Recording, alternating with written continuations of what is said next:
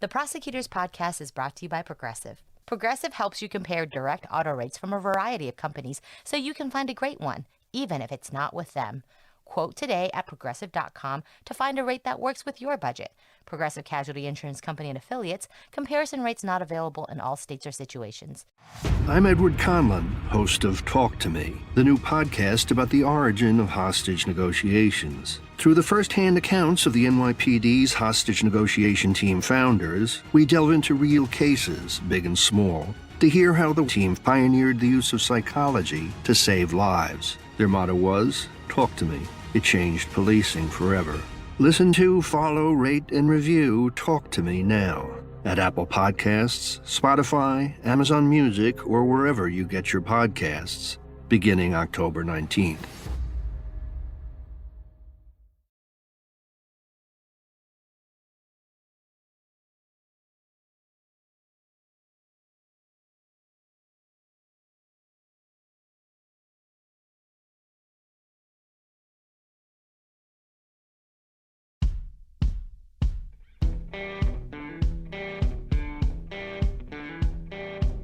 I'm Brett. And I'm Alice. And we are the Prosecutors.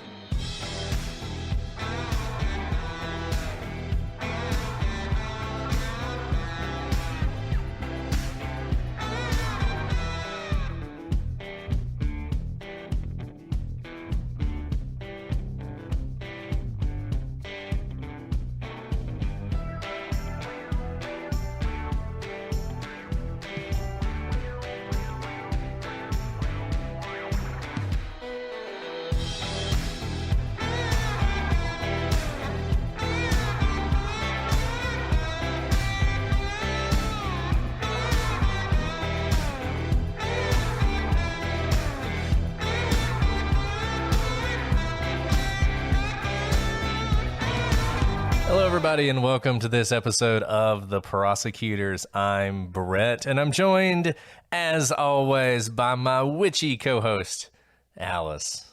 Brett, look at you taking on my love of puns. I know. Well, I've already called you bewitching before, and enchanting, so those were kind of out. So you were kind of limited. You're my witchy woman.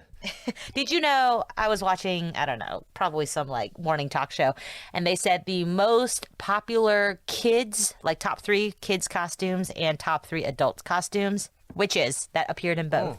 There you go. Because, Brett, we've been fascinated with witches for actually centuries, and we continue to be today. And millennia, in fact. And I think there is a good reason. And we found this out when we started researching this week's episode. What is the good reason? We love to hunt witches. We've always we do love to hunt witches. witches. That's true. It's a good point. Did I have to answer that? Did you really not? Well, I see know what you're saying going? now. I was like, are we not on the same wavelength? Okay. That was deep. Tonight's going to be a rough recording. I wasn't quite ready to go that deep right at the beginning, but you just took it right to the heart of this, that, yes, we have always liked to hunt witches. However you define those witches, wow. we've always liked to hunt them. And also, I mean, I'm not just talking about like hunting witches or witch costumes. I mean, one of the greatest, biggest blockbusters of the last decade, 15 years on Broadway was none other than Wicked, which is an amazing musical about, you guessed it, witches. That's true. And hey, witches go all the way back. You know, they're in the Bible. The Romans and the Greeks and the Egyptians all had stories about witches. There's been this fascination with witches. And I think magic itself is really, everybody wants to be able to do magic, right? I mean, wouldn't it be nice if you could just snap your fingers and the house would be clean? I mean, wouldn't that be amazing? Like Elizabeth Montgomery in Bewitched. Exactly, in Bewitched.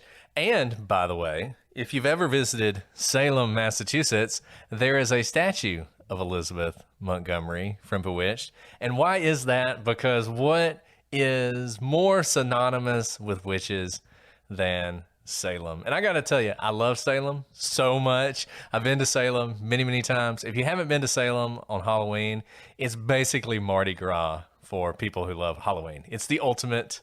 One year, my wife and I actually stayed in Salem for a few days around Halloween. We went to the big Salem Halloween ball at the Hawthorne Hotel. It was amazing. It was one of the best weekends of my life. So love Salem, and Salem has completely embraced its history, which we're going to talk about today. Its history with witches. It calls itself the Witch City. The emblem of the town has a witch in it. It's amazing. And if you're ever up in that area, even if it's not October, Salem is a wonderful town year-round. And we're not being paid by the Salem Tourism Board, I promise you. But it's an amazing place, and I hope one day all of you can visit. And if you live in Salem, shoot us an email, because I'd love to stop by and see you next time I'm in town. I've never been to Salem, but based on today's story, I'm not sure if I want to go to Salem. But if you say it's beautiful, then okay. Salem's changed a lot in the last 400 years. Maybe. You might be able to convince me otherwise today. But we are going way back in time. This is definitely the oldest case we've ever done. All the way back to 1692 to the Salem witch trials. Everybody's heard of them. The legend is burned into the collective consciousness of the American mind, and maybe even the world. I'd be interested to hear from our international listeners what you know about the Salem witch trials. But there's an interesting question here. What really happened in 1692 in Essex County, Massachusetts? Why did it happen? And what can we learn from it? I'm going to go ahead and warn you, this is going to be a long episode. And even though it's a long episode, it's only going to scratch the surface of the Salem witch trials. There is so much here. You could do an entire podcast on this. So don't yell at us for the things we're going to skip, because we are going to skip things, but we're going to try and give you sort of the less romanticized version of what happened in Salem. But tonight, we will be watching, or I will be watching, I doubt Alice will be watching it, The Lords of Salem. Now, it's by Rob Zombie, so hide your kids. Probably not appropriate for young ears, but we will be watching it. We'll start at 9 o'clock like we've been doing. I'll be live tweeting it on Twitter. I've really enjoyed doing that with you guys. We've had a great time. This will be our last one of the season, but everybody knows I do this all the time. So, if you miss out during Halloween, just catch me on a Saturday night. But in any event, we're going to be watching that and enjoying that for a little bit more of the spooky take on what happened in Salem in 1692. Like I said, we got a lot to talk about, so let's just go ahead and dive in. And we're actually going to go even further back than 1692 to 1486. And 1486 was a very important year because it was the year that the Malleus Maleficarum was published. Now, before the Malleus Maleficarum was published, there were a few scattered witch trials, but the church, the Catholic Church, which was dominant at the time, had a very different view on witches than what you might think. For a very long time, the prevailing view was witches are frauds. There is no such thing as witchcraft because Satan doesn't have that kind of power in the world. So he couldn't actually give people power. So anybody who says they're a witch, they're either crazy or they're a liar. But there wasn't this notion of actual witches. But over sort of the 1300s and the 1400s, there were a lot of really bad things that happened in Europe. You had the plague, which ravaged Europe, killed a quarter of the population. And things like that made people question whether or not maybe there was more sort of an active evil power out there oppressing them. And then in 1486, this book, which translates to The Hammer of the Witches, is published. It's written by a man named Heinrich Kramer. And the book was as much about justifying Kramer's obsession with the sexual proclivities of accused witches as anything else. Kramer had been hunting witches for a while, but normally he would go into a town and he would get kind of thrown out of the town because basically he probably was a sexual sadist himself. He writes this book and all of a sudden it gives him this cachet he didn't have before. Kramer believed that witches hid charms in, quote, the most secret parts of their bodies, which must not be named, which of course required a thorough examination by him to discover. So you can sort of see what Kramer's doing here. But despite the fact that he's not a great guy, the Malleus Maleficarum starts to take off. And even though it didn't begin the witch trials, it popularizes them. And it popularizes the things you think about when you think about witches and how you figure out if somebody's a witch, the trials that a witch will go through, the punishments for witchcraft. All of that really comes from the Malleus Maleficarum. And around 60,000 people would be put to death in the decades and centuries after the book's publication in Europe. And half of those were in Germany, where he wrote this book, and 80 to 90% of them were women. So it wasn't that all witches were women, but the vast majority of them were considered to be women. Wait, so you're telling me all of this witch hunting came about because this guy basically had like sexual obsessions and wanted an excuse to basically probably look at women's private parts? Pretty much, yeah. That's kind of what I'm saying. That's crazy. I really did not know that was, I don't say that lightly. I really didn't know that was the like genesis of these witch hunts. And it makes sense why so many of them were women, because I knew that women were, you know, predominantly the ones who were put to death for witchcraft, but I didn't know why. And this makes a lot of sense. If it was basically I'm not going to say that there's no historians out there that won't disagree with me on that, but I think that's a pretty good take on what he was doing, at least. Whew, okay, man. That really does answer a question I had, which is why it was so many more women than men. For lots of reasons, women had a lot fewer rights back in the 1400s, 1500s, but goodness gracious, well, there you go. And also, this tells you that books are important. They're very important when they're read by people. Yes. So, Yes. okay, well, let's jump ahead. So that was in 1486. 1542, England under King Henry VIII passes its first Witchcraft Act, which punishes witchcraft with death. Now, 5 years later, in 1547, Henry's son, Edward VI, generally being more enlightened than Henry, actually repeals the Witchcraft Act. So it wasn't around for very long, and his son's like, this really shouldn't be a law. And let me just say, it's one of the great questions in history. And I know I said we have a lot to talk about and we shouldn't do a bunch of asides, but I can't help myself. One of the great questions in history is, if Edward VI had survived, how different really all of history would be. Because Edward VI was this thoughtful, philosophical, kind person, very religious person who really probably would have modernized England in a lot of ways. And this is just an example of that. Him repealing the Witchcraft Act is just an example of how he was.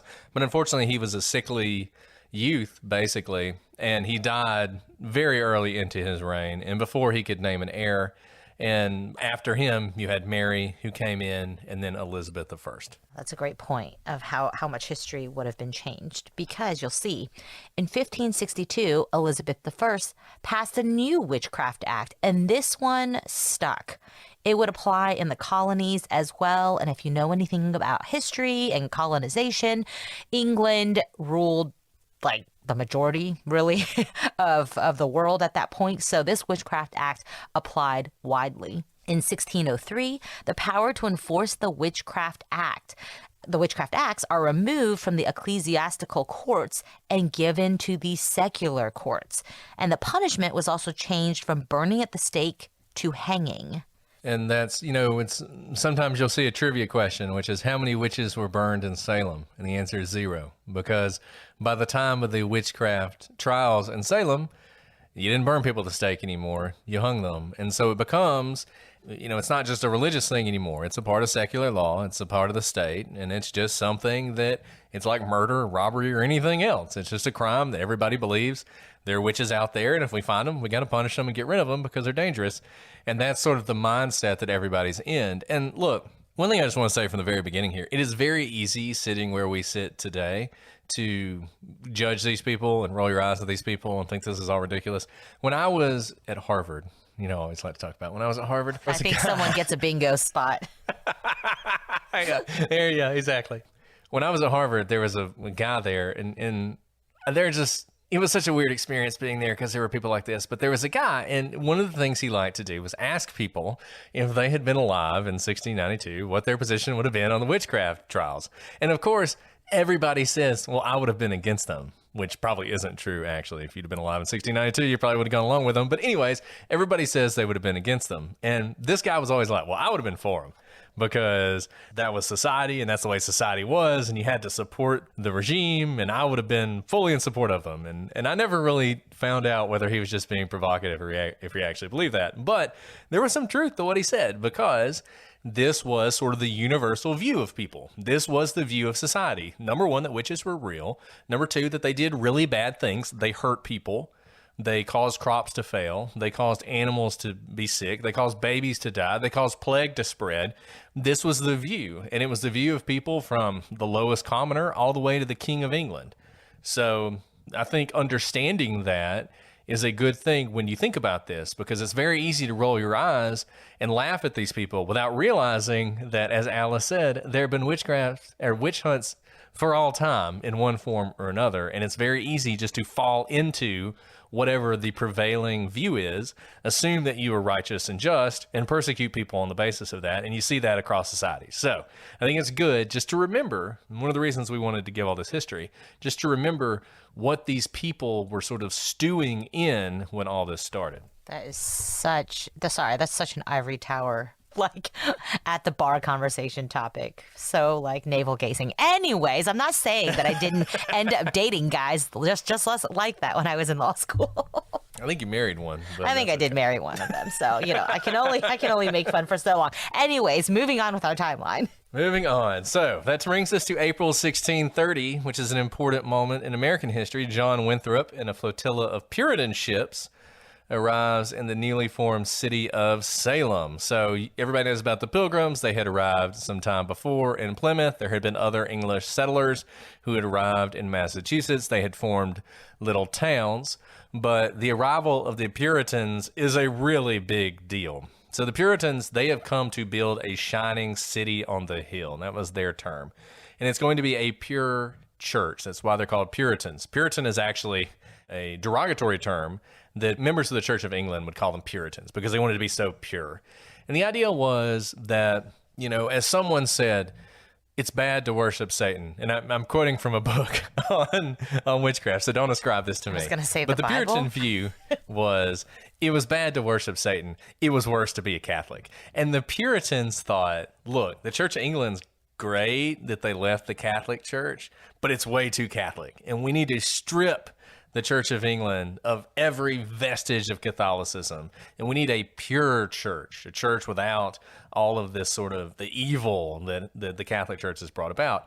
And they tried to do that in England and weren't very popular. And so they had to leave. And so basically they decided, we're going to go to this new world, this new land, and we're going to create this pure church without all these Church of England people bothering us. That's what we're going to do. And so that was their thought of what they're going to establish in the new world. So they land in Salem and they begin to spread out. In 1636, a group of colonists settle Salem Village, which is inland. So Salem town is on the water, as all initial colonies are. They're always on the water. So people start to move inland. They're looking for farmland. This is a more rural area, and they are going to farm.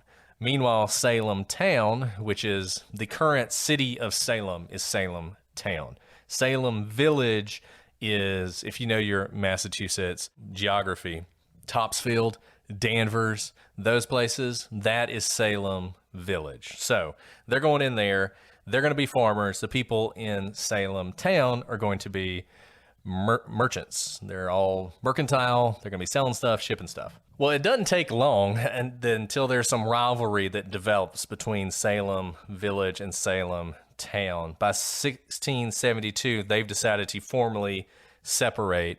And so the big deal there is Salem Village is going to get its own minister, James Bailey. Oh, I feel like he's going to have a big play in what happens next. Religion always does in these kind of big factions, huh?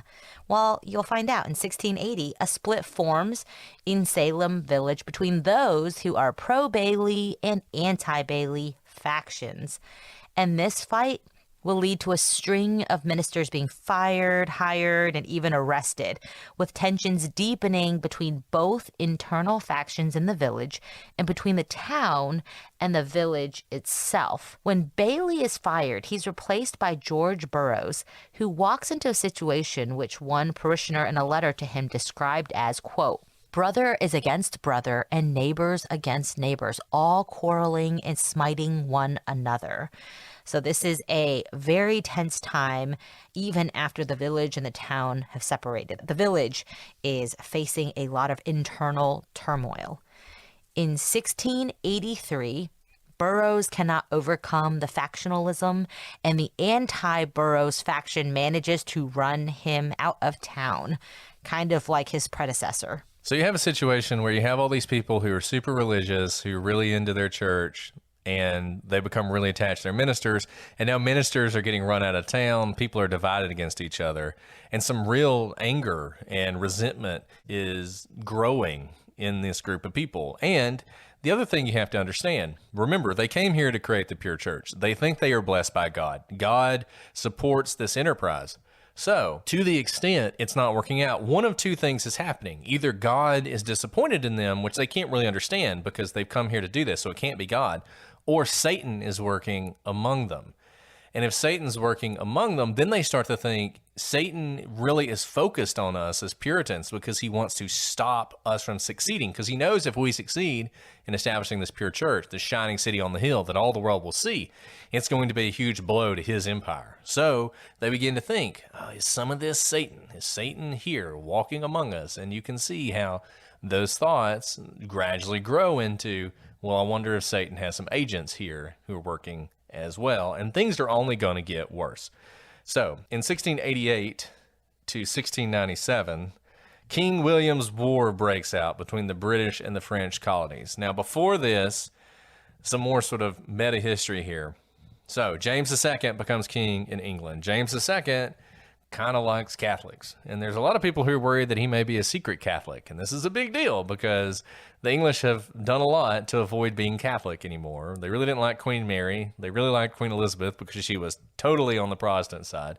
But now James is sort of doing some things. One of the things he does is he revokes the Massachusetts Charter, which is a big deal. He revokes the charter, which their whole point of their charter was, we're going to build this shining city on the hill.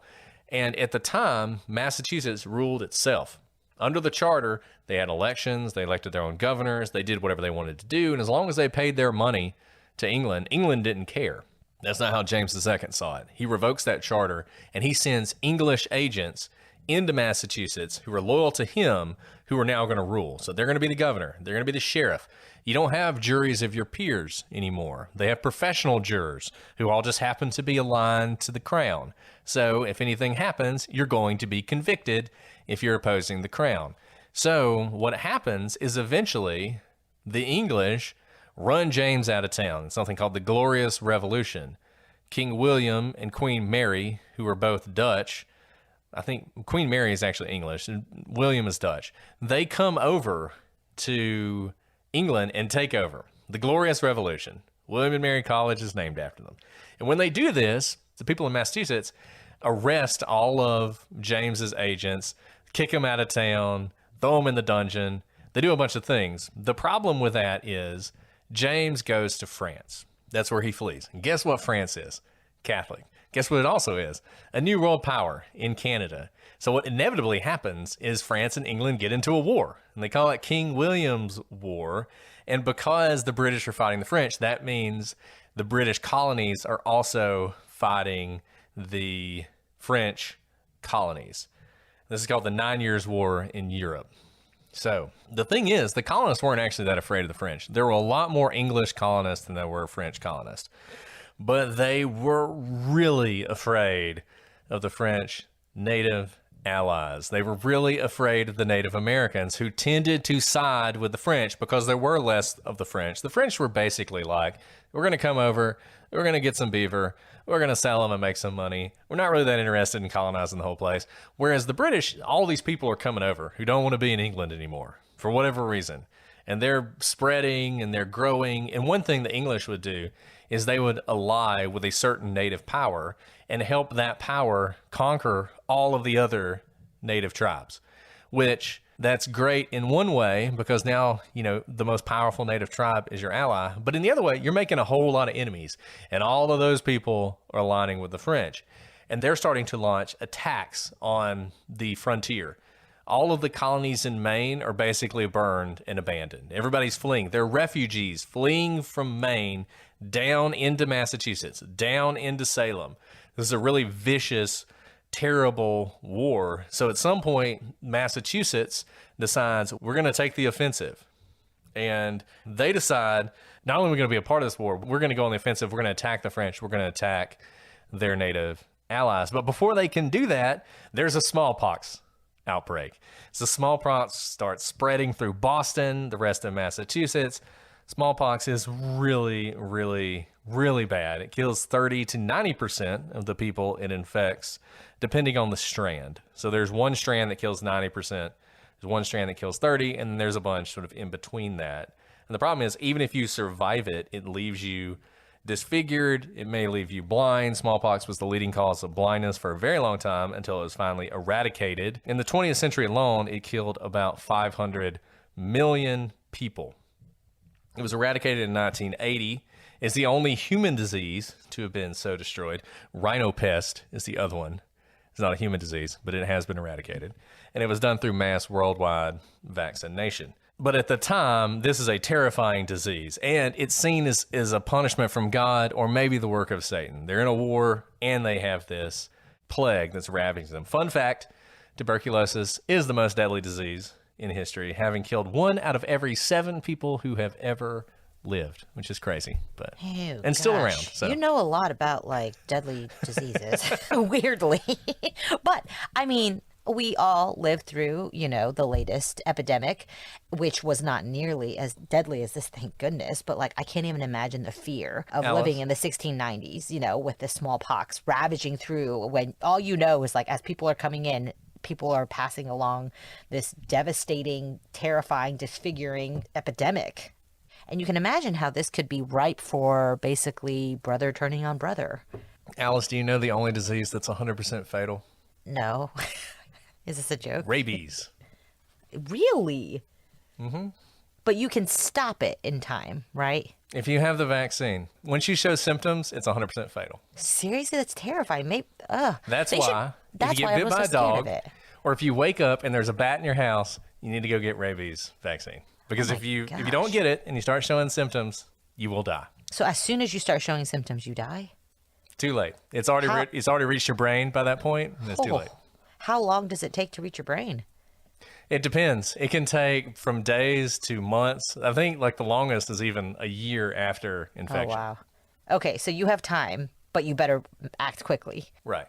Whew, okay, good to know. Look, I think you just saved a lot of lives today. You saved mine. I'm glad to know that. Okay, well, now that we've talked a lot about diseases, let's get to the Salem witch trials. Okay, on November 19th, 1689, so in the midst of the smallpox epidemic, Samuel Parris is named the new minister in Salem village. In October of 1690, the Massachusetts Bay Colony invades Quebec as part of the war under the command of Sir William Phips. Phips lands with 4 large ships and a couple dozen more support vessels, as well as 2,300 militia men. That is quite the invasion. And they demanded the city surrender, at which point Phips was told that the French would deliver their answer through the mouths of their cannons. That's poetic. The Baymen were utterly defeated. At least 1,000 men died, and the whole affair cost £40,000, a staggering sum at the time. This is a huge defeat, one of many. The United States in various forms has invaded Canada on multiple occasions, and despite the fact we make fun of the Canadians, we've never been able to conquer them. We always lose. And this is the first example of that, where Massachusetts goes up there, they try and conquer it, and Governor Fortuneau defeats the Massachusetts with this mouth of the cannon thing, which apparently this was like a huge deal at the time. It made it all the way over. This victory was celebrated in France. It was a huge deal and really a great morale lifter for the French in general. So this is bad. This is a bad thing. And you could imagine Phips could have been in trouble, but he has a really powerful friend, someone named Increase Mather, who was an incredibly influential clergyman in the colony. His son, Cotton Mather, was considered perhaps the most learned man in all the New World. He had attended Harvard, of course, for his education, and was just the guy you went to when you had questions about about anything, really. Harvard was started as a college for Puritan ministers. So that was the whole idea. It's going to train Puritan ministers. So during the 2 years that followed, Mather, he was fighting for a new charter for the colony. So, the charter had been revoked.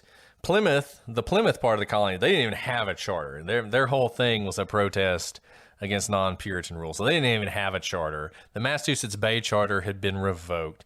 There was no solid government around, and they wanted a new charter. And so Phips and Mather became bound together in their fight for a new royal charter. And when it was granted, Phips became the royal governor of the new province of Massachusetts Bay. And Massachusetts Bay basically included all the area of Massachusetts, Maine, part of New Hampshire. It was really big. But the charter contained one great disappointment that Mather deeply opposed. It granted voting rights to non-Puritans, and this represented yet another threat to the pure church. So you have everything that is going against this project to build a city on the hill.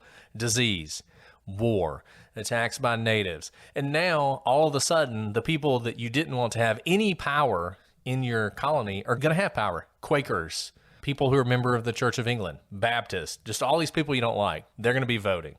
And all of this pressure is just growing and growing and growing. So Phips, he's going to be the new governor. He's sworn in on May 14th and May 16th, 1692. The ceremony having broken off at sundown to celebrate the Sunday Sabbath. So basically he lands in Boston. They start the swearing in ceremony, but they can't get it done before the sun sets. Well, now it's the Sabbath. We can't do it on the Sabbath. So he has to wait till Monday. Then when the sun comes up, they go ahead and they do the rest of the swearing in ceremony. At this time, as he's being sworn in, the Salem witch hysteria had already begun, and soon he would be a part of it. I know a lot of you were thinking at the beginning when we said that this is going to be a long episode and we're sorry for what we've left out. You're thinking, well, what could they have possibly left out? But this is awesome because you begin to see the environment and what's brewing and the factors that are making what's about to happen. It was just a petri dish primed for what we're about to see happen. October 16th, 1691. Tensions between factions in Salem over who should be minister continued to simmer, and a group of townspeople vowed to stop paying Paris's salary. On the same day in England, Phips is named the new governor, though he will not arrive for around another 8 months. And this is important because it's going to become important. You're going to see why. So Paris is now under attack in the same way that the previous ministers have been. And what happened to them? They got ran out of town. So Paris depends on, his job is to be the minister, right? So he's in a situation where the pressure's building on him and he can see what's coming. He's not going to make it. If nothing changes, he's going to be fired. And he knows that. And it's interesting to see what happens next. The Prosecutors Podcast is brought to you by Progressive Insurance. Let's face it, sometimes multitasking can be overwhelming. Like when your favorite podcast is playing and the person next to you is talking and your car fan is blasting, all while you're trying to find the perfect parking spot. But then again, sometimes multitasking is easy, like quoting with Progressive Insurance. They do the hard work of comparing rates so you can find a great rate that works for you, even if it's not with them. Give their nifty comparison tool a try, and you might just find getting the rate and coverage you deserve is easy. All you need to do is visit Progressive's website to get a quote with all the coverages you want, like comprehensive and collision coverage or personal injury protection. Then you'll see Progressive's direct rate, and their tool will provide options from other companies, all lined up and ready to compare, so it's simple to choose the rate and coverages you like. Press play on comparing auto rates. Quote at Progressive.com to join over 27 million drivers who trust Progressive. Progressive Casualty Insurance Company and affiliates. Comparison rates not available in all states or situations. Prices vary based on how you buy.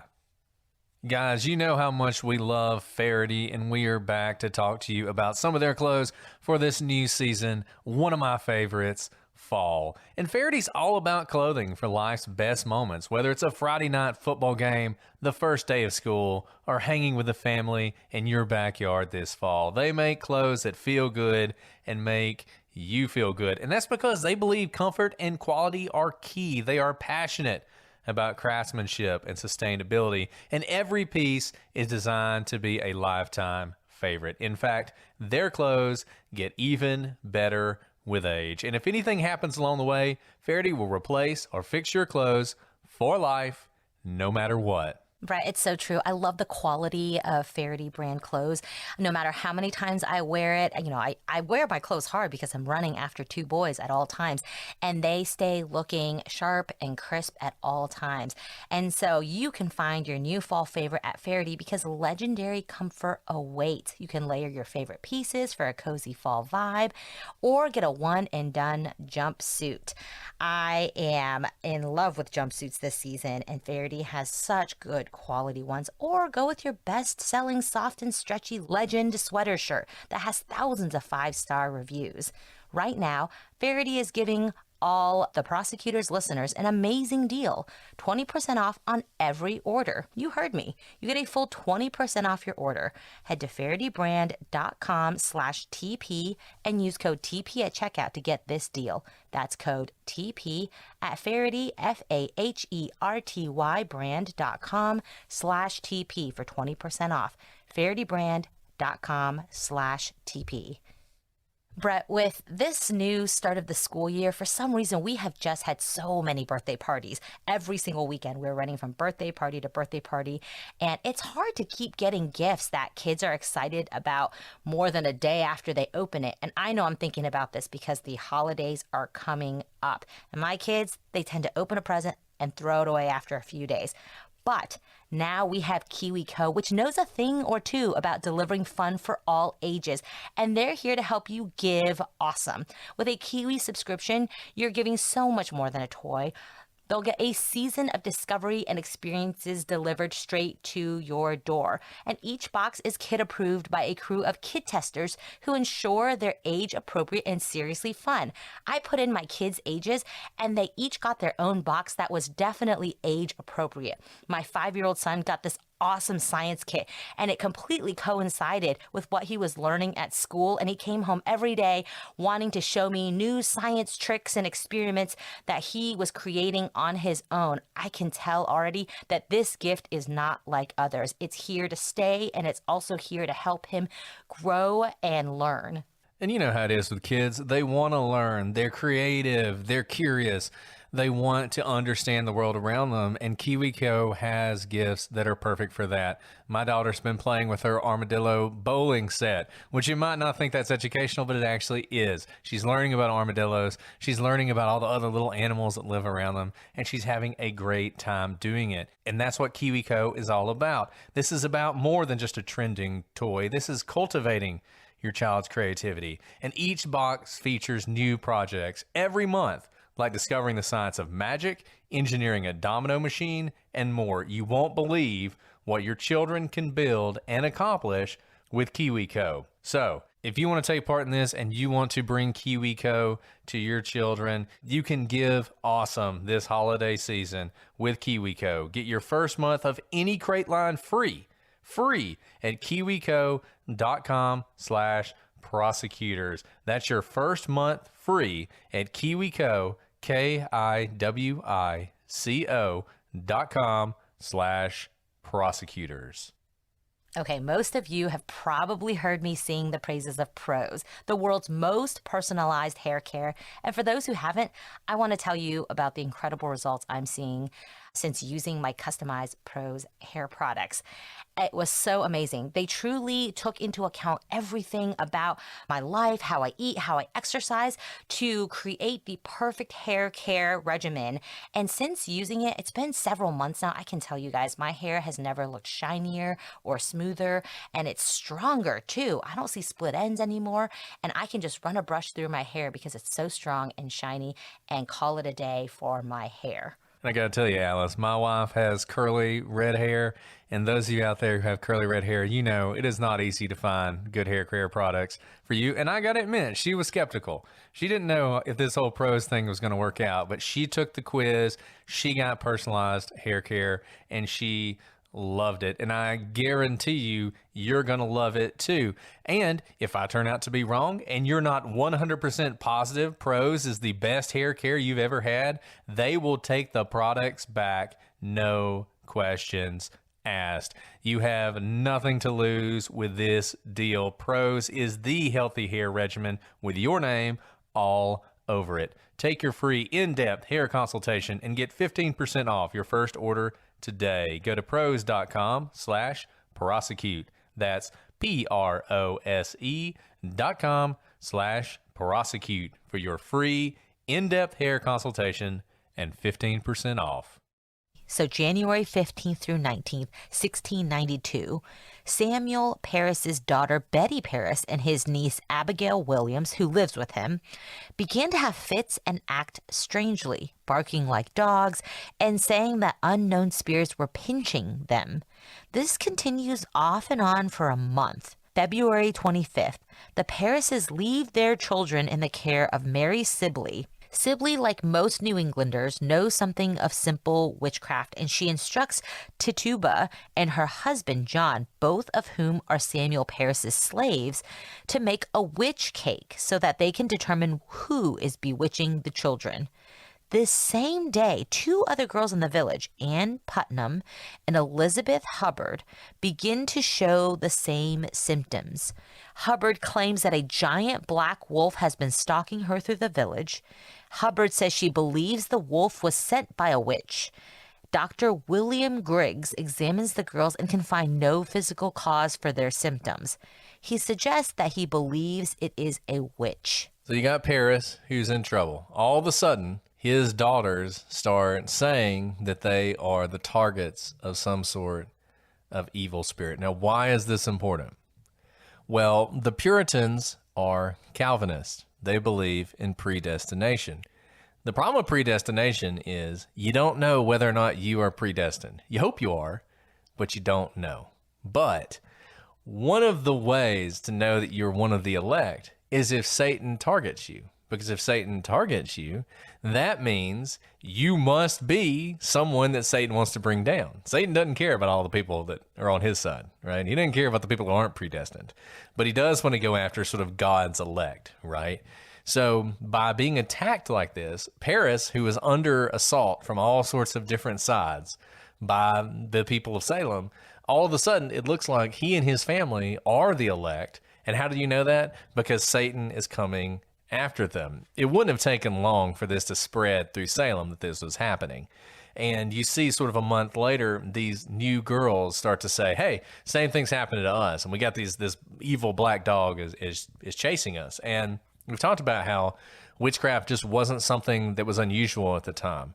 People believed in witches. There had been witch trials in other colonies before this. There had been witch trials in Connecticut, which had led to people being executed, and dogs. Dogs had been accused of being witches and convicted and been executed. And there had been witch trials in Salem. So this wasn't sort of out of the blue. This is part and parcel with the world they live in. And it starts in the Parris household and it begins to spread. Other people see it and it begins to spread. On February 29th, the girls make a formal accusation that there are 3 women who are witches: Tituba, Sarah Good, and Sarah Osborne. Let me just say, it's also interesting that the only act of witchcraft so far is Mary Sibley getting the witch cake baked. She would get admonished for that, though she was never charged with being a witch. Just she was yelled at for relying on the dark arts to determine who the witches were. But in any event, Tituba gets accused, Sarah Good and Sarah Osborne. Now, in some ways, these women are stereotypical. They're exactly what you would expect. Tituba is likely a native of Caribbean descent. So Parris had actually lived in Barbados for a while and had bought her as a slave while he was in Barbados and then brought her to Massachusetts. So she's sometimes described as African American, but I think the best sort of historical view now is no, she's actually a native Caribbean Native American, basically. So that was her. Obviously, she's a stranger. There was a deep belief in the Puritans that the Indians were agents of Satan. And so it would not have been surprising that Tituba would have gotten this charge against her. Sarah Good was a poor, pregnant beggar who was not popular with the people of Salem due to disagreements with her and her husband. She was just generally not liked. Universal opinion of her by historians was she just wasn't somebody anybody liked. She was profane and annoying and just wasn't popular. So it wasn't surprising that she got tagged with this. Now, Sarah Osborne was a more wealthy woman, but she had gotten crosswise with the Putnam family before. And remember, Ann Putnam is one of the accusers. So her husband had been a Putnam, but he had died young. And when he died, he willed 150 acres of land to the couple's children. But Sarah stepped in and kept the land for herself. There was a man who was an indentured servant. She paid for his indenture, which meant he was then free. And then after she paid for that, she then married him and split the land with him, which really didn't make the Putnams happy. And it was also an affront to sort of the social norms at the time. And before she was accused, she actually had not attended church in 3 years due to what she described as an illness, but what everyone else thought was just she wasn't very faithful, which is something that is a big black mark in the Puritan world. Well, things are starting to heat up now. On March 1st, the next day, judges John Hawthorne and Jonathan Corwin interview the accused. Hawthorne was one of the richest men in the colonies. Indeed, he owned most of Salem Village, now known as Danvers. He was heavily involved in the shipping trade in Salem town, and his house sat on a hill overlooking the town. That hill would eventually become the site of the Danvers State Insane Asylum. Which, by the way, if you haven't seen Session 9, go check it out. That movie was filmed in the Danvers State Insane Asylum, which was eventually renamed the Danvers State Mental Hospital before it was converted into condominium. So if you want to live in an old mental institution, you can do it if you live in Danvers. I know that's your dream, actually. Not mine, but yours. Okay, Corwin was Hawthorne's brother-in-law and the sheriff's uncle. So these are really powerful men in town. And he was essentially nobility. He was a wealthy merchant in Salem town. And so, like we said, they interviewed the accused. An example of Hawthorne's examination of the accused was something like this. Hawthorne: Sarah Good, what evil spirit have you familiarity with? Good: none. Hawthorne: have you made no contract with the devil? Good answered: no. Hawthorne: why do you hurt these children? Good: I do not hurt them, I scorn it. Hawthorne: who do you employ then to do it? Good: I employ nobody. Hawthorne: what creature do you employ then? Good: no creature, but I am falsely accused. So you can see the examination itself presumes the guilt of the accused. We would get objections right and left with these types of questions in court. Now, when the judges interviewed Tituba, they are stunned. Not only does she admit to being a witch, she tells them that there are many witches in Salem. Now things really accelerate. Over the next few weeks, many more people are accused. Martha Corey, Rebecca Nurse, and even Sarah Good's 4-year-old daughter Dorcas, who was arrested and accused of witchcraft. And you might wonder, why does Tituba do this? Because Tituba, man, she gets it. She gets it in some fundamental way. I mean, it's bad to accuse people of being witches when they're not witches, but I almost want to stand up and applaud this woman because she's a slave. You know, she was brought up here. She didn't want to be here. She's a slave. She's figured out this society. And one thing about this society is admitting what you did and asking for forgiveness is really important. And if you do that, the Puritans kind of feel obligated to forgive you.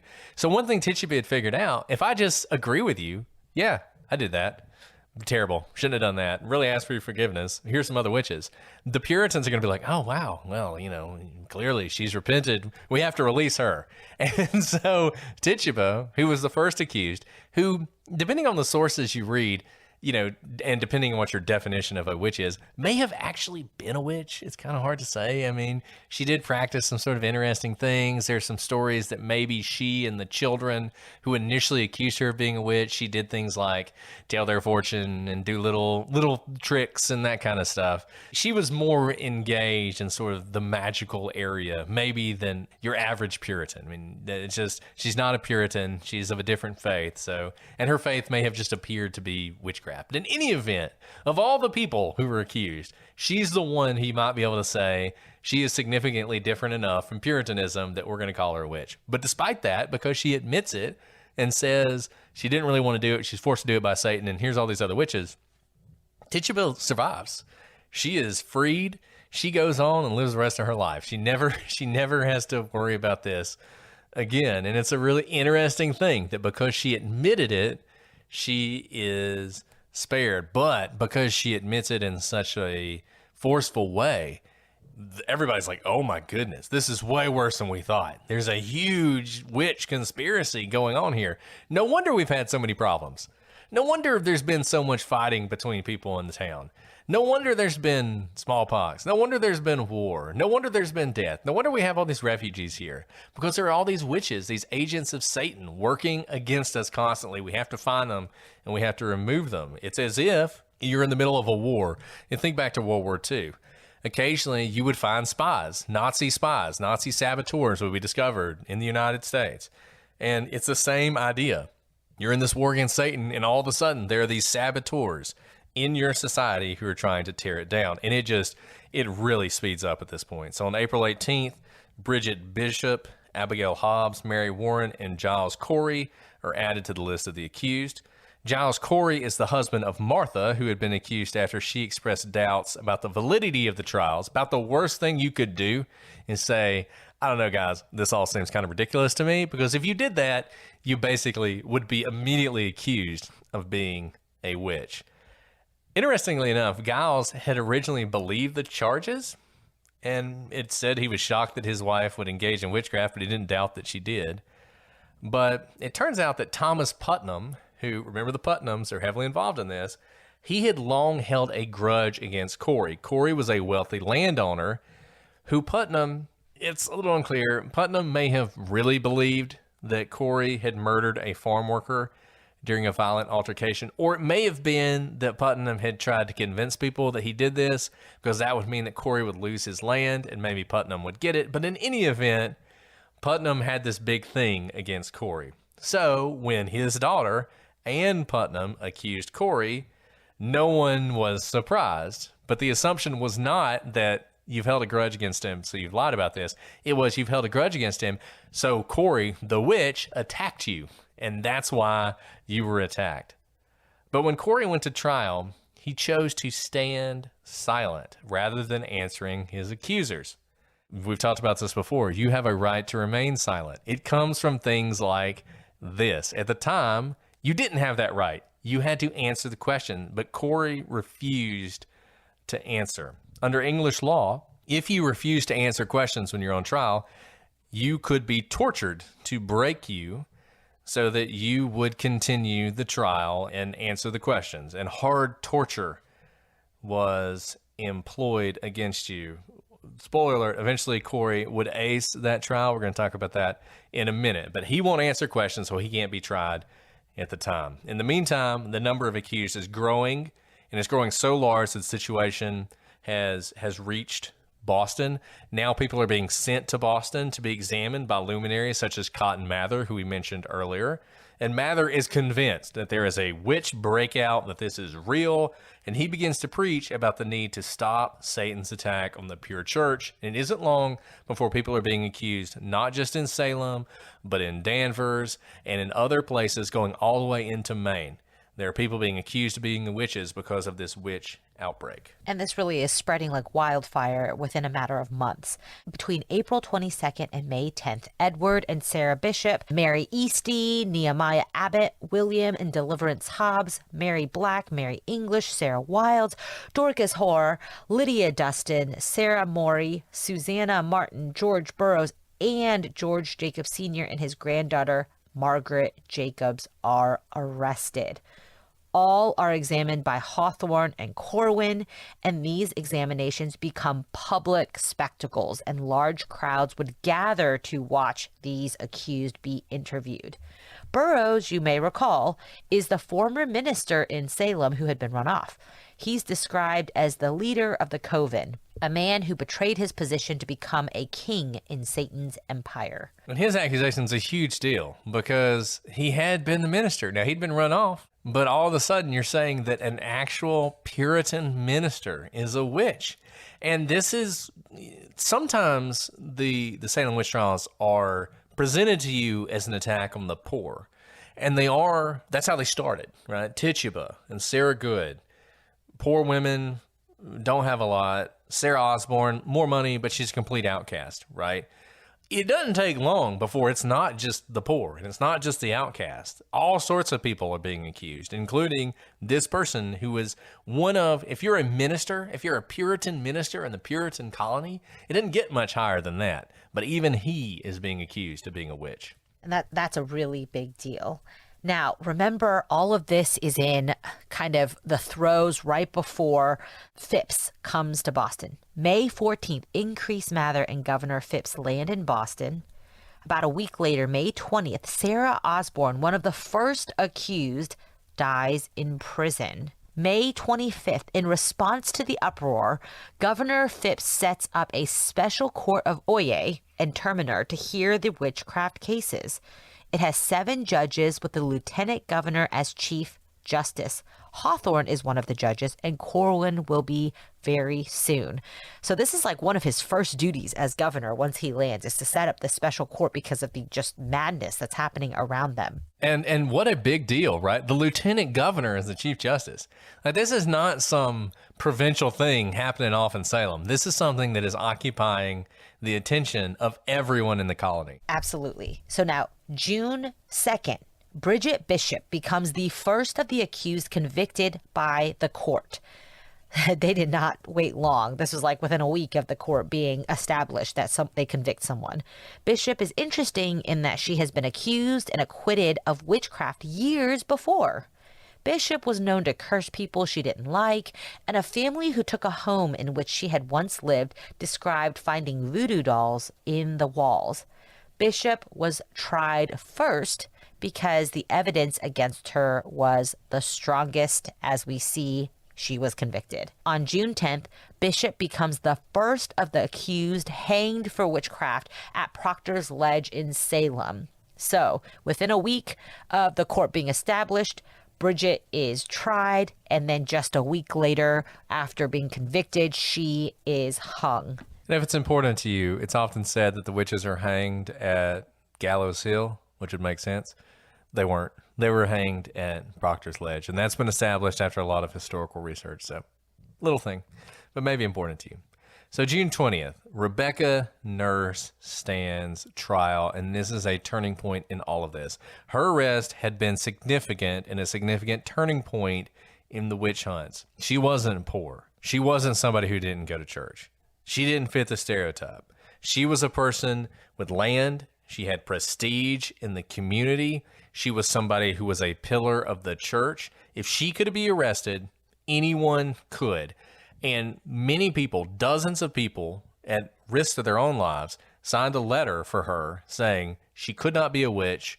Here are all the reasons, which was a big deal. And her trial would mark a significant turning point. You had all this evidence that she wasn't a witch.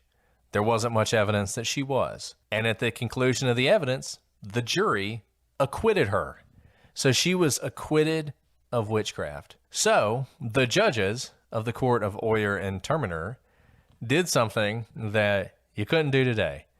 They asked the jury, and by asked, they told the jury to go back and try again. And when they came back, they found her guilty. And if there had been any notion that this was a fair system with due process, it was lost at that moment. And look, I just want to point out, this is so important because we talk about process all the time, both in this podcast and our other podcasts, how important it is. And we get people who will say, that's what's wrong with this whole system. You talk about process, not justice. I mean, you need justice, not process, right? Well, process ensures justice. And when you don't have process, what you get is something like this. The judges of Oyer and Terminer thought they were doing the right thing. They thought they were doing justice. And they were so sure that they were right. And they were so sure that what they were doing was just and the right thing and the moral thing and the only thing you could do, that they violated fundamental processes. And they told this jury, you're wrong, go back and find her guilty. And so they did. And that was the end of any notion that this was a fair trial where somebody who was accused of witchcraft could be acquitted. From that point forward, every trial was a fait accompli. Every trial meant guilt. And that's what Rebecca Nurse faced. Now, July 19th, after being found guilty, Sarah Good, Rebecca Nurse, Susanna Martin, Elizabeth Howe, and Sarah Wilds were led to the gallows. Reverend Nicholas Noyes called Good a witch and urged her to confess. She replied, "You're a liar. I am no more a witch than you are a wizard. And if you take away my life, God will give you blood to drink." The women were hanged and buried in an unmarked grave. At the same time, more and more people are being accused. The number will eventually reach over 100. About a month later, on August 19th, John Proctor, George Jacobs Sr., George Burroughs, Martha Carrier, and John Willard are convicted and also hanged. Really, just like Brett said, these trials are not really trials at all in any sort of a fair sense. They are just a process on the way to the gallows. And we're about to have a hero in all this. And somebody who, I don't know how good a guy was. Maybe he murdered somebody. I don't know. But you know, sometimes people have one moment in their lives where they decide to do the right thing and it changes everything. And that is what we have here. So on September 18th, Giles Corey was put to the press. So this is the torture they're going to use to force him to talk. He has been refusing to take part in his trial, so now they're going to press him. So what that means is he is stripped naked, a board is laid across his body, and stones are slowly added. So you continuously add weight to this person, and it gets heavier and heavier and heavier and more painful. And the thought is eventually, after enough weight has been added, you will confess. This lasted for a full 2 days. It continued into the next day. As the weight is increased, there's this expectation that Giles Corey, who is in his 80s, eventually will speak. And Corey did speak. And when he did, there was a magistrate there waiting for him to confess, to say everything they wanted to say. He says something. This magistrate can't hear him. So he bends down to hear better the sort of mumbled words that Corey is speaking. And so Corey repeats it. More weight. Corey's body broke, but his spirit never did. He died by the press on September 19th. But the public way in which he died and the extreme bravery he showed shook the confidence of many in the ongoing trials. And this story spreads across New England, that this person who's being accused of a witch did this, stood up to this torture and died in this torture and never confessed, never spoke. And for the first time, people began to publicly criticize Hawthorne and Corrin, who were seen as the leaders of this. But unfortunately, it's not soon enough to save the last victims. On September 22nd, Martha Corey, Alice Parker, Margaret Scott, Ann Pudeter, Mary Eastie, Samuel Wardwell, Wilmot Red, and Mary Parker are all hanged at Proctor's Ledge. These are the last of the hangings. So note, this has been like a 6-month fury. On October 8th, Thomas Brattle, one of the richest men in all the colonies, writes a letter condemning the witch trials. Fearing no man, he makes it public.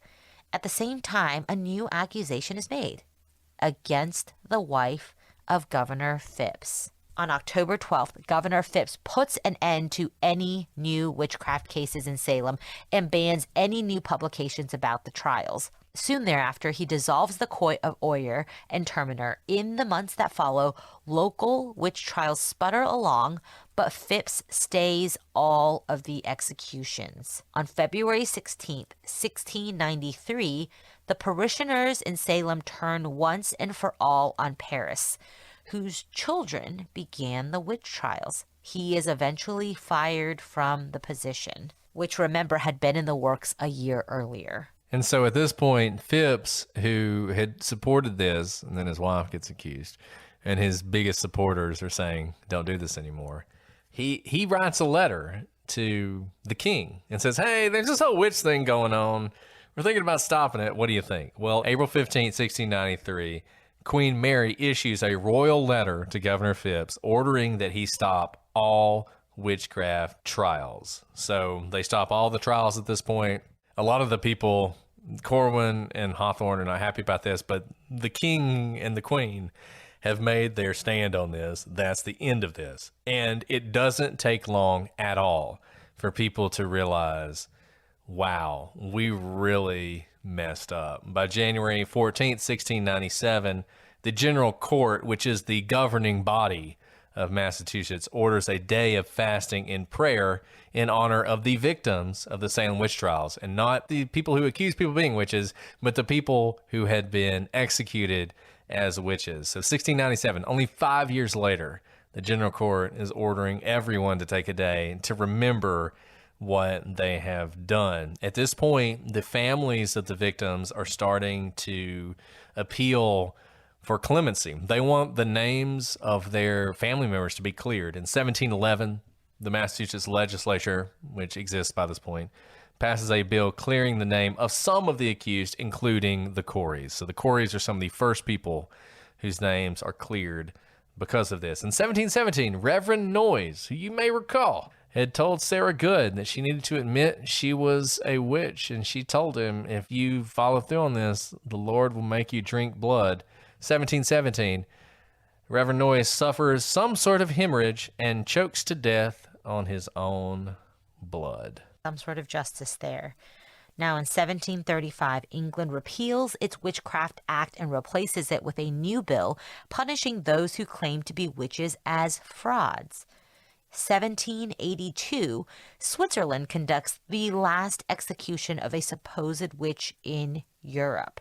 So this actually lasts for a while still. July 29th, 2022 of this year, Massachusetts exonerates Elizabeth Johnson, the last of the accused to receive a pardon. All told, 19 people were hanged, 5 died in jail, and Giles Corey was pressed to death. Whew, what a history. Yeah, and it's kind of crazy that the history didn't really end until this year. And it's crazy to me. I mean, Massachusetts has basically, over the last 300, 400 years, been in the process of exonerating people, but it literally took until this year to exonerate the last accused witch. Now, Elizabeth Johnson was not executed. She actually survived, but she was accused of witchcraft. And, you know, it's a crazy time in history. It is a really interesting time because of all the things that were going on. And there are a lot of great books on it. There's a great book called A Storm of Witches. Check it out if you want a deep understanding of this.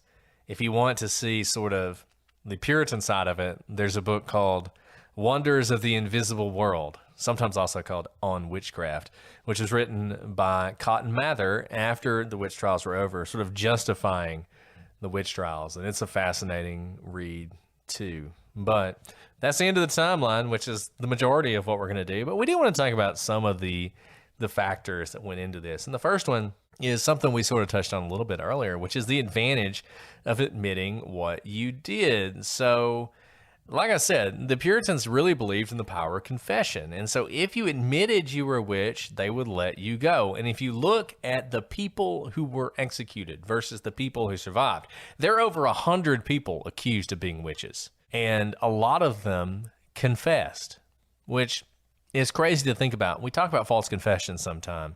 And I would love to have sort of an expert on this. I don't know if there is an expert on this, but just the psychology of false confessions. But you had people who were accused of being witches and said, yep, I'm a witch. And you got to wonder, did they get it? Kind of like Tituba did? Did they get it that if they confessed, they would survive? There was one tranche of people who were accused, and all of them confessed. And none of them were executed except one person. And the only person from that tranche who was executed was the person who retracted their confession. So afterwards, they said, you know what? I lied. I didn't do this. I'm innocent. They got executed. And it's just wild to believe that that's how it went. But once again, the psychology of this society is a really important thing to remember. And there was this notion that you become a witch because you're tempted into it. Satan is a predator seeking who he may devour, right? And there's a sense of you were tricked into it. You were tricked into it. And if you recognize that and accept that you made a mistake, we'll forgive you. But if you don't, we won't. We talked about Rebecca Nurse. Rebecca Nurse was absolutely adamant. And they begged her to confess. They wanted her to confess so bad because they didn't want to execute her. And they begged her, and she would say, I cannot confess to something I did not do. God knows that I'm innocent, and that's all that matters. That was her position. And just at the end of the day, they could not accept that. They could not have someone deny this when everybody knew that they were guilty.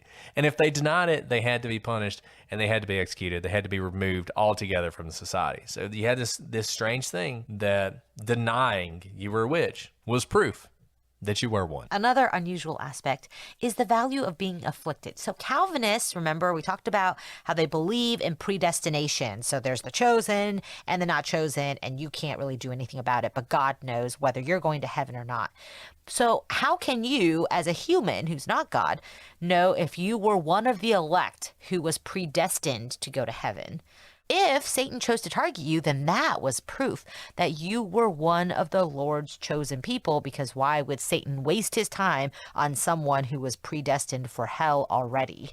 And there was this whole thing going on in the Protestant church in Massachusetts at the time, the Puritan church, where the original Puritans had all had this sort of spiritual experience and they knew they were the elect, but their children didn't.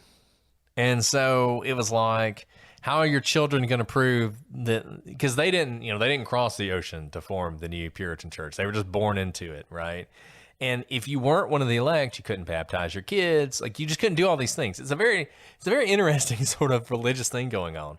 And you couldn't be a member of the church. And so they had this like half membership where they thought you were one of the elect, but they weren't really sure, but they'd go ahead and let you be a member, but then you could baptize your kids. But then you had this old line group of people who said, that's one of the problems. That's why we're having all these issues, is because we've watered down the church.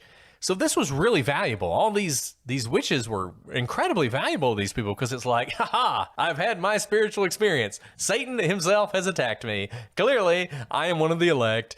I get to be a full member of the church. My kids get to be baptized. We're all going to heaven. Congratulations, right? There was so much value in being afflicted. It's not surprising that so many people claim to be.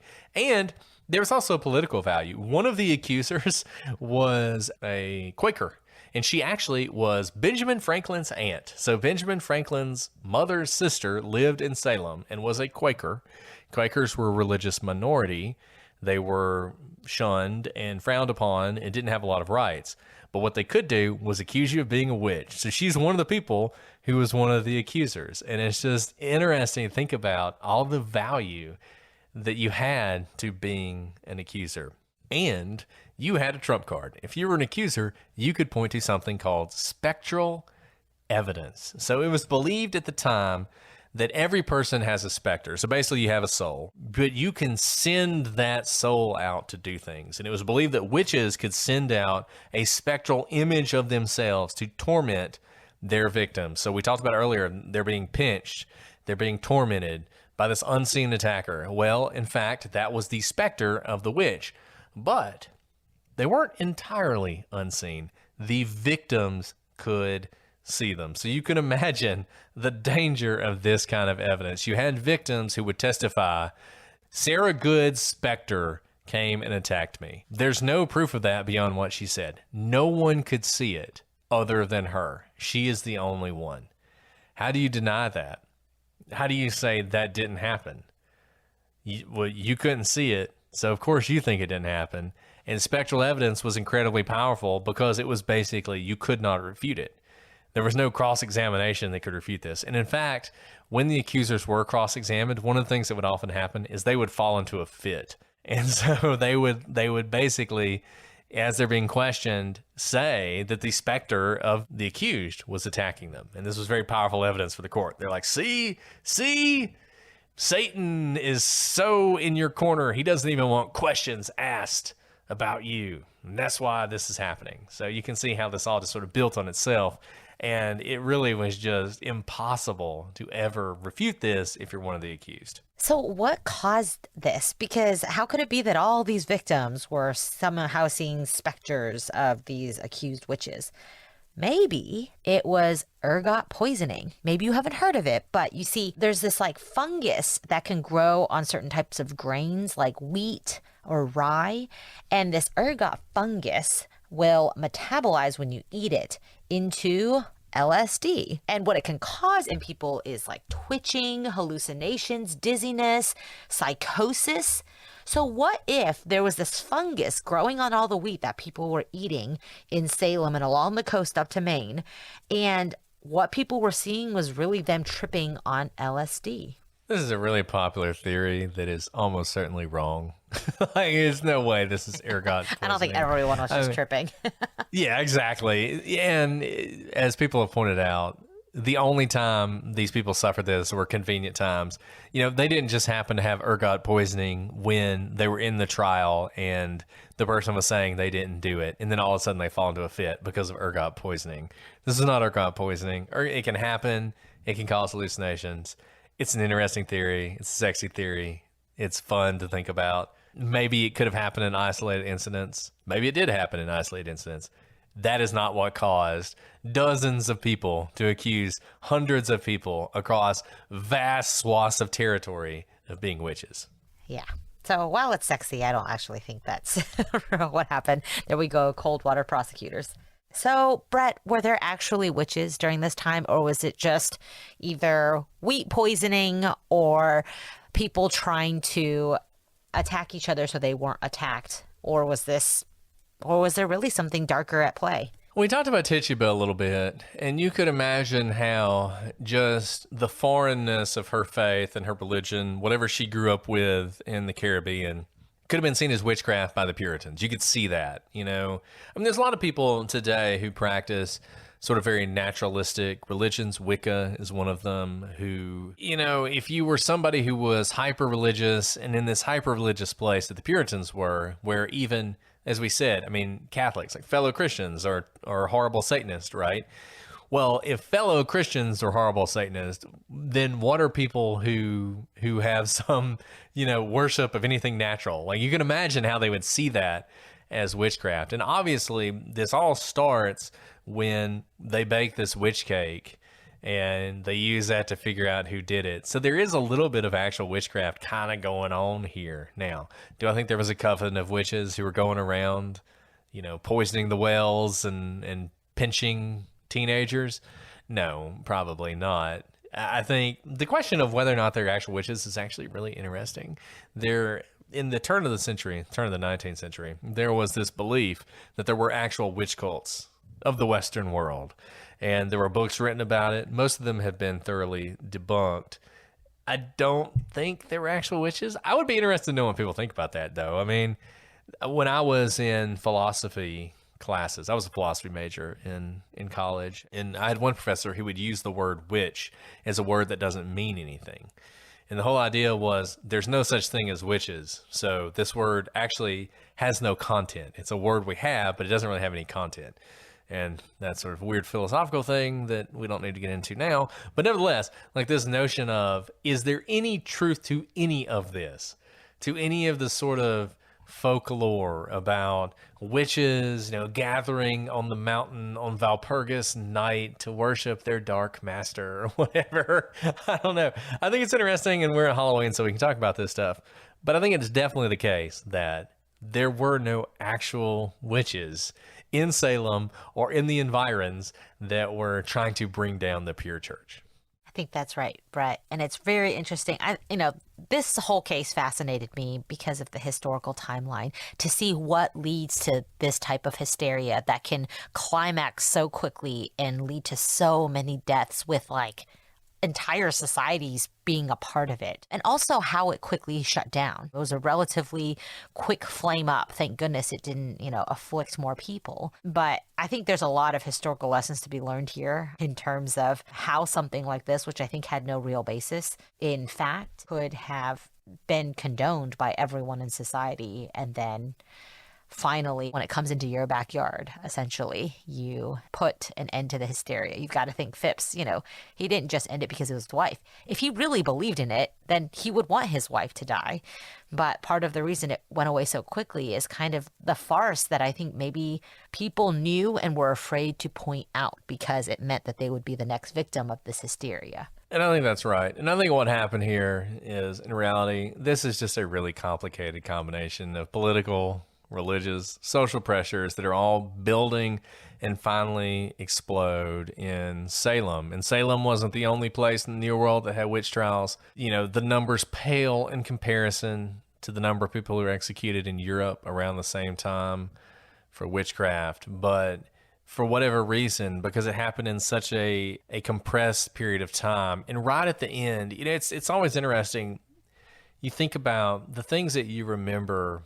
In some ways, there are a lot of tragedies that happen that are they're at the end of a period of tragedy, right? So there had been witch trials for centuries, but they were coming to a close. Within 100 years of Salem, there would never be a witch trial again.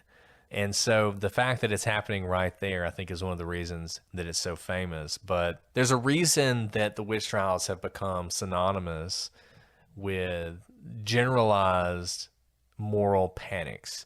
The Crucible, which is a play that was based on the witch trials, was all about sort of the communist panic in the 50s. And you see these sort of moral panics happen again and again and again, and they can come from all sorts of different places. They can come from religion, they can come from politics, they can come from societal pressures, they can come from the right, they can come from the left, they can come from anywhere. But all it takes is enough people who have blind belief in a certain thing and are willing to demonize anyone who disagrees with them. That's all it takes. And then you can have a witch hunt. And this Salem wasn't the last one, and it certainly won't be the last one. And I think it's interesting to think about it, like we said at the beginning, to think about it as more than just, point and laugh at these people because they're so backwards and they were so simplistic in the way they think. Any of us could be these people. And I think it is really important for people to remember, going back to that guy at Harvard, it's really important for people to remember that if you were alive in 1692 in Salem, you probably would have gone along with this. There aren't many Giles Coreys. There are very few. And because of that, because of the simple fact that you probably would have gone along with this, I think it's really important that all of us, and I include myself in this, all of us, when we get all fired up about something and we're ready to condemn somebody and we're ready to attack somebody, just take a moment and think about whether or not you're getting swept up in something that maybe you should step back from. I think that's really important. I think that's a lesson you can take from this. And I wish I could say that, the last witch trial was in 1692, but it was not. That's a really good point. And also very convicting. But I will say, I never knew how I felt about the phrase, it's a witch hunt. I was like, is that? I don't know. But now, having gone through the history of the Salem witch trials, I think it's a very apt term, truly chasing something that is not rooted in fact and perhaps run on emotions and, motives that are not based in fact. So this was fascinating for us. I hope you guys enjoyed the history lesson because I certainly did. I could talk about this forever. I love this stuff. This stuff's amazing. Check out that book, Storm of Witches. It's really good. We're going to link to some other podcasts and other things that have talked about this.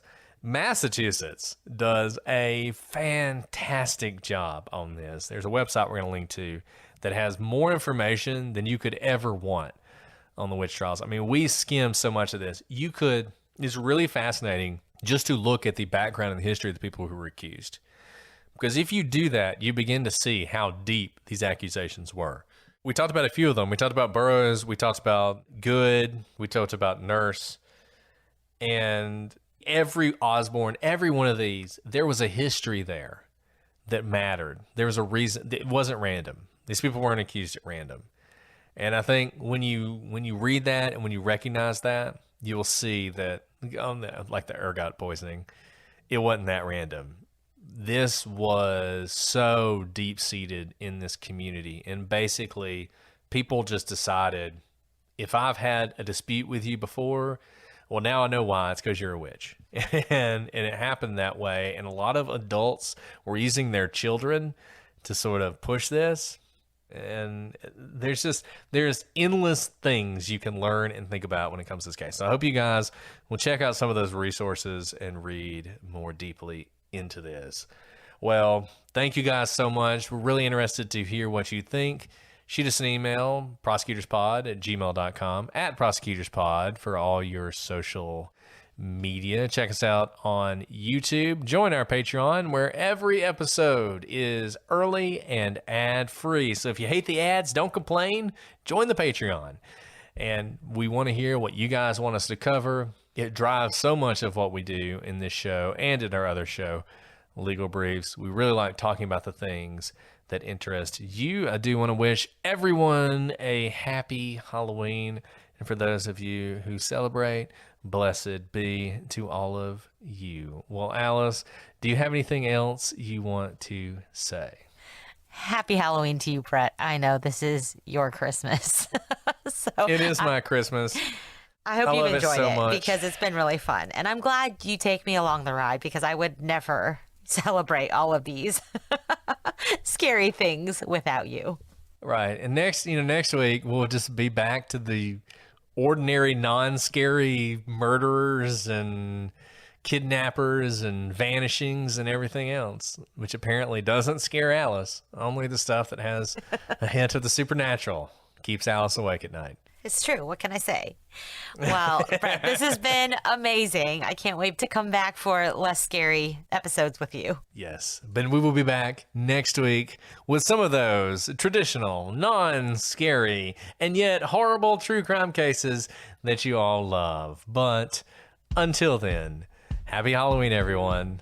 I'm Brett. And I'm Alice. And we are the prosecutors.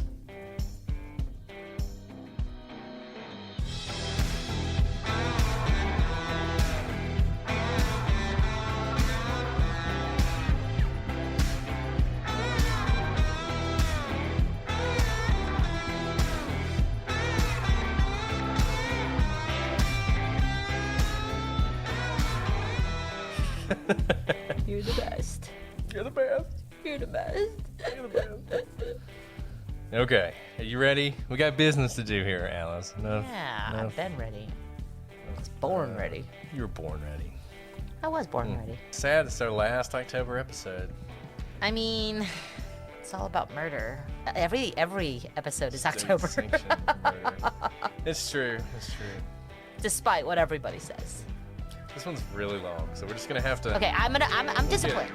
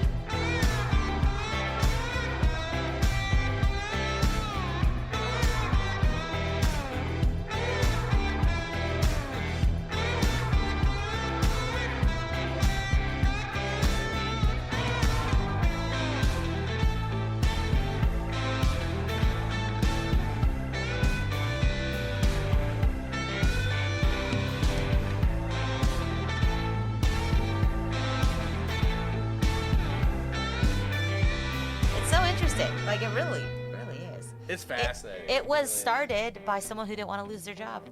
I know. Isn't that crazy? I mean, like, when you strip it all down, it's like the guy didn't want to lose his job. Yeah, he didn't want to lose his job. So, what better way to do that than accuse people of being a witch?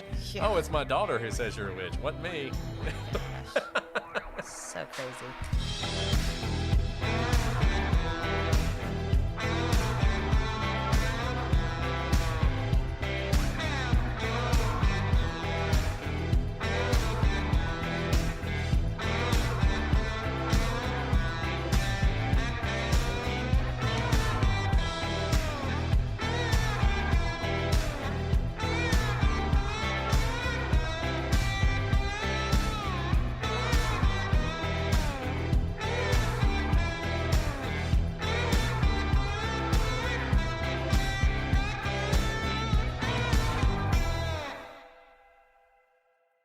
All this month, celebrate Hispanic Heritage Month with PlutoTV.